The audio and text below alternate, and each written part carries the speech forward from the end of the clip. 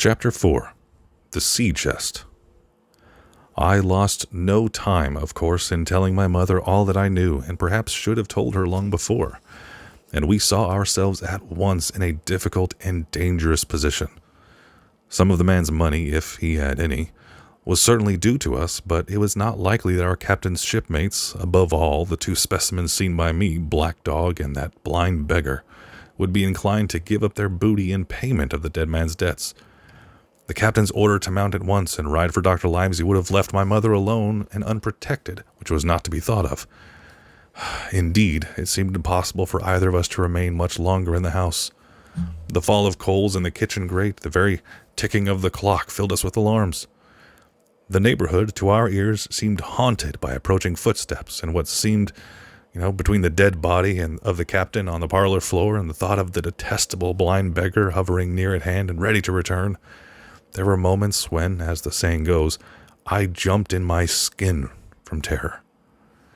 Something must speedily be resolved upon, and it occurred to us at last to go forth together and seek help in the neighboring hamlet. No sooner said than done. Bareheaded as we were, we ran out at once in the gathering evening and the frosty fog.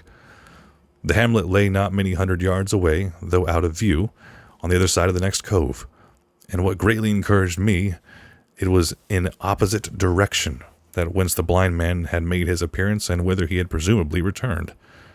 We were not many minutes on the road, though we sometimes stopped to lay hold of each other and hearken. But there were no unusual sounds, nothing but the low wash of the ripple and the croaking of inmates of the wood. It was already candlelight when we reached the hamlet, and I shall never forget how much I was cheered to see the yellow shine in doors and windows, but that, as it proved, was the best of help we were likely to get in that quarter. For you would have thought that men would have been ashamed of themselves.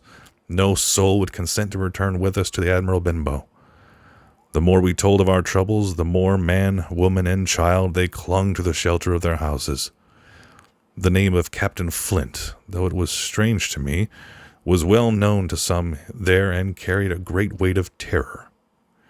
Some of the men had been to the field work on the far side of the Admiral Benbow, remembered, besides, to have seen several strangers on the road, and taking them to be smugglers, have bolted away. And one, at least, had seen a little lugger in what we called the Kit's Hole. For that matter, anyone who was a comrade of the captain's was enough to frighten them to death. And the short and long of the matter was, that while we could get several who were willing enough to ride to Dr. Livesey's, which lay in another direction, not one would help us to defend the inn. Now they say cowardice is infectious, but then argument is, on the other hand, a great emboldener. And so when we had said his say, my mother had made them a speech. She would not, she declared, lose money that belonged to her fearless and fatherless boy. If none of the rest of you dare, said she, Jim and I dare. Back we will go, the way we came, and small thanks to you big, hulking, chicken-hearted men. We'll have that chest open if we die for it, and I'll thank you for that bag, Miss Crossley, to bring back our lawful money in. Of course I said I would go with my mother, and of course they all cried out at our foolhardiness. But even then, not a man would go along with us. All they would do is to give me a loaded pistol lest we were attacked, and to promise to have horses ready and saddled in case we were pursued on our return, while one lad was to ride forward to the doctors in search of armed assistance. My heart beat finely when we two set forth in this cold night upon this dangerous venture. A full moon was beginning to rise and peered readily through the upper edges of the fog, and this increased our haste, for it was plain, before we came forth again, that all would be as bright as day, and our departure exposed to eyes of any watchers. We slipped along the hedges, noiseless and swift, nor did we see or hear anything to increase our terrors till, to our relief, the door of the Admiral Benbow is closed behind us. I slipped the bolt at once, and we stood and panted for a moment in the dark, alone in the house with the dead captain's body. Then my mother got a candle in the bar, and holding each other's hands, we advanced into the parlor. He lay as we had left him, on his back, with his eyes open and one arm stretched out. "Draw down the blind, Jim," answered my mother. "They might come and watch outside, and now." said she when I had done so. "We have to get the key off that. And who's to touch it, I should like to know." And she gave a kind of sob as she said the words.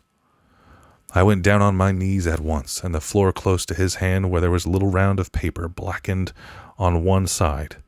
I could not doubt that this was the black spot, and taking it up I found written on the other side, in a very good, clear hand, this short message: "You have till 10 tonight."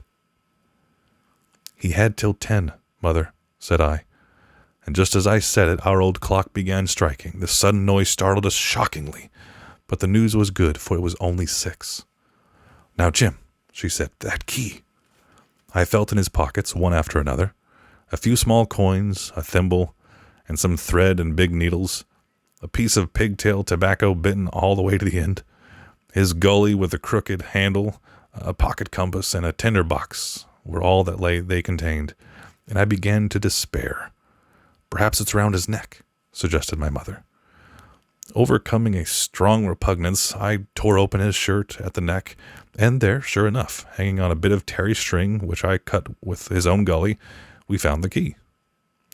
And at this triumph we were filled with hope and hurried upstairs without delay to that little room where he had slept so long, and where his box stood since the day of his arrival. It was like any other seaman's chest on the outside, the initial B burned onto the top with that hot iron in the corners and somewhat smashed and broken as by long, rough usage. "Give me the key," said my mother.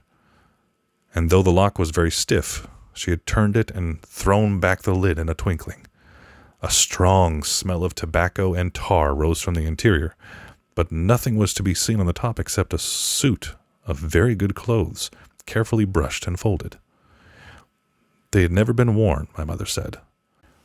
Under that the miscellany began: a quadrant, a tin cannikin, several sticks of tobacco, 2 brace of very handsome pistols, a piece of a bar of silver, an old Spanish watch, and some other trinkets of little value and mostly foreign make, a pair of compasses mounted with brass, and 5 or 6 curious West Indian shells.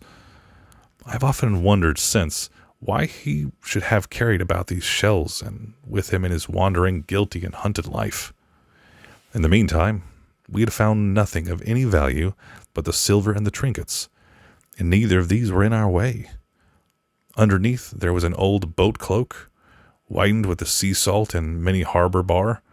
My mother pulled it up with impatience, and there lay before us the last things in the chest: a bundle tied up in oilcloth and looking like papers, and a canvas bag that gave forth at a touch the jingle of gold. "I'll show these rogues that I'm an honest woman," said my mother. "I'll have my dues and not a farthing over. Hold Mrs. Crossley's bag." And she began to count over the amount of the captain's score from the sailor's bag into the one that I was holding. It was a long, difficult business, for the coins were all of countries and sizes, doubloons and louis-d'ors and guineas and pieces of 8, and I know not what besides, all shaken together at random.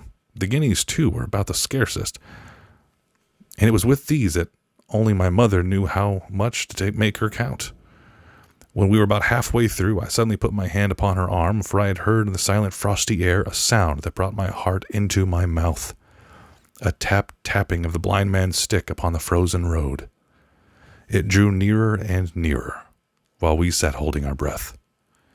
Then it struck the sharp on the inn door, and then we could hear the handle being turned and the bolt rattling as the wretched being tried to enter. And then there was a long time of silence, both within and without. At last the tapping recommenced, and at our indescribable joy and gratitude died slowly away again until it ceased to be heard. "Mother," said I, "take the whole, let's get going," for I was sure that the bolted door must have seemed suspicious, and that would bring the whole hornet's nest upon our ears. Though how thankful I was that I had bolted it, none could tell who had never met that terrible blinded man. But my mother, frightened as she was, would not consent to take a fraction more than was due to her, and was obstinately unwilling to be content with less. It was not yet 7, she said, by a long way. She knew her rights, and she would have them. And she was still arguing with me when a little low whistle sounded a good way off upon a hill. That was enough, and more than enough for both of us. "I'll take what I have," she said, jumping to her feet. "And I'll take this to square and count," said I, picking up the oilskin packet. Next moment we were both groping downstairs, leaving the candle by the empty chest, and next we had opened the door and were in full retreat. We had not started a moment too soon. The fog was rapidly dispersing. Already the moon shone quite clear on the high ground on either side, and it was only in the exact bottom of the dell and round the tavern door that a thin veil still hung unbroken to conceal our first steps of our escape. Far less than halfway to the hamlet, very little beyond the bottom of the hill, we must come forth into the moonlight.